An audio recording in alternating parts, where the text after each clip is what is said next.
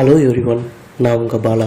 இந்த வீடியோவில் நம்ம என்ன தெரிஞ்சுக்க போகிறோன்னா, டெல்மிசாட்டன் இந்த மருந்தினுடைய பயன்கள், பெனிஃபிட் என்னென்ன, இந்த மருந்தை எடுத்ததுக்கப்புறம் நம்ம உடம்புக்குள்ளே போய் இது எப்படி வேலை செஞ்சு நம்மளை பாதுகாக்குது, இந்த மருந்தை எடுத்ததுக்கப்புறம் நம்ம உடம்புல என்ன மாதிரியான பக்க விளைவுகள் எல்லாம் ஏற்படக்கூடும், இந்த மருந்தை யாரெல்லாம் எடுத்துக்கலாம், யாரெல்லாம் எடுத்துக்கக்கூடாது என்பதை பற்றி தான் இந்த வீடியோவில் நம்ம முழுமையாக தெரிஞ்சுக்க போகிறோம்.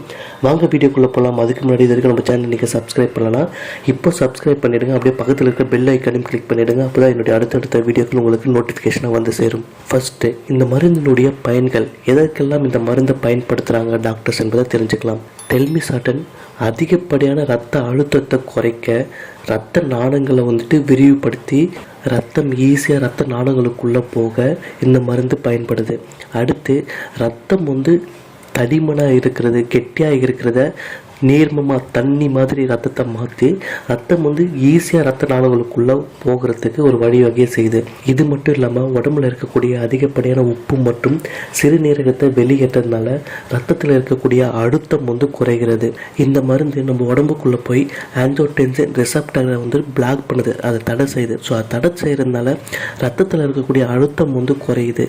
இது மட்டும் இல்லாமல் இந்த மருந்து இதய சம்மந்தப்பட்ட நோய், பக்கவாத சம்மந்தப்பட்ட நோய், மாரடைப்பு பாதிப்பில் இருக்கக்கூடியவங்களுக்கு இந்த மருந்து கொடுத்து அவங்களுடைய நோயினுடைய பாதிப்பை குறைக்கிறதுக்கு பயன்படுது. அடுத்து, இந்த மருந்தை பார்த்திங்கன்னா ப்ரெக்னெண்ட்டாக இருக்கிறவங்களும் இல்லை ப்ரெக்னெண்ட்டாக ஆகிறதுக்கு பிளான் பண்ணியிருக்கவங்களும் எடுத்துக்கக்கூடாது. ஏன்னா இந்த மருந்துனால குழந்தைங்களுடைய வளர்ச்சிக்கு பாதிப்பு ஏற்படுத்துகிற வாய்ப்புகள் இருக்குது. அதே மாதிரி கல்லீரல் நோய், சிறுநீரக நோய், இதய நோய், நீரிழிவு, டயபெட்டிஸில் இருக்கிறவங்க இந்த மருந்தை எடுக்கிறதுக்கு முன்னாடி உங்கள் டாக்டர்கிட்ட முறையாக கன்சல்ட் பண்ணிவிட்டு நீங்கள் இந்த மருந்தை எடுத்துக்கலாம்.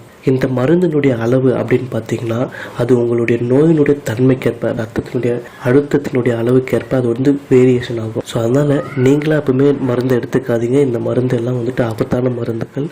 உங்களோட டாக்டருடைய அட்வைஸ் படி நீங்கள் இந்த மருந்தை எடுத்துக்கோங்க. இந்த மருந்தை எடுத்ததுக்கப்புறம் நம்ம உடம்புல என்ன மாதிரியான பக்க விளைவுகள், சைடு எஃபெக்ட் எல்லாம் ஏற்படும் அப்படின்னு பார்த்தீங்கன்னா, மயக்கம், குமட்டல், கை கால் வீக்கம், கணுக்கால், பாதம் மற்றும் திடீர் உடல் எடை அதிகரிப்பு, அலர்ஜி மற்றும் சுவாச பிரச்சனை, இல்லை முகத்தில் கை கால்களில் வீக்கம் ஏற்படுவது, கண் பார்வையில் மாற்றங்கள் ஏற்படுவது, தலை சுற்றல், இதய துடிப்பு அதிகரிக்க செய்தல், வயிற்று வலி, வயிற்றுப்போக்கு, முதுகு வலி, டயர்ட்னஸாக ஃபீல் பண்ணுறது, கை கால் வலி இல்லை காய்ச்சல் ஏற்படுவது, இவை தான் இந்த மருந்தினுடைய பொதுவான பக்க விளைவுகள். இவை தவிர்த்து உங்களுக்கு வேறு ஏதாவது டிஃப்ரெண்ட்டாக ஏதாவது ஃபீல் பண்ணுறீங்க அப்படின்னா உங்கள் டாக்டர்கிட்ட இன்ஃபார்ம் பண்ணி முறையான ட்ரீட்மெண்ட் எடுத்துக்கோங்க. நீங்களாம் எந்த விதமான ஆல்டர்னேட்டிவ் மருந்துமே எடுத்துக்காதீங்க, ஓகேங்களா? இதை தவிர்த்து உங்களுக்கு வேறு ஏதாவது சந்தேகம் இருந்தால் கீழே கமெண்டில் டைப் பண்ணுங்கள், நான் ரிப்ளை பண்ணுறேன். இந்த வீடியோவை எல்லாருக்குமே ஷேர் பண்ணுங்கள். எல்லாருமே இந்த மருந்தினுடைய பயன்கள் என்னென்ன, இந்த மருந்தினுடைய சைடு எஃபெக்ட், பக்க விளைவுகள் என்னென்ன என்பதை எல்லாருமே தெரிஞ்சுக்கிட்டும் நம்ம வேறு ஒரு வீடியோவில் சந்திப்போம். நன்றி, வணக்கம்.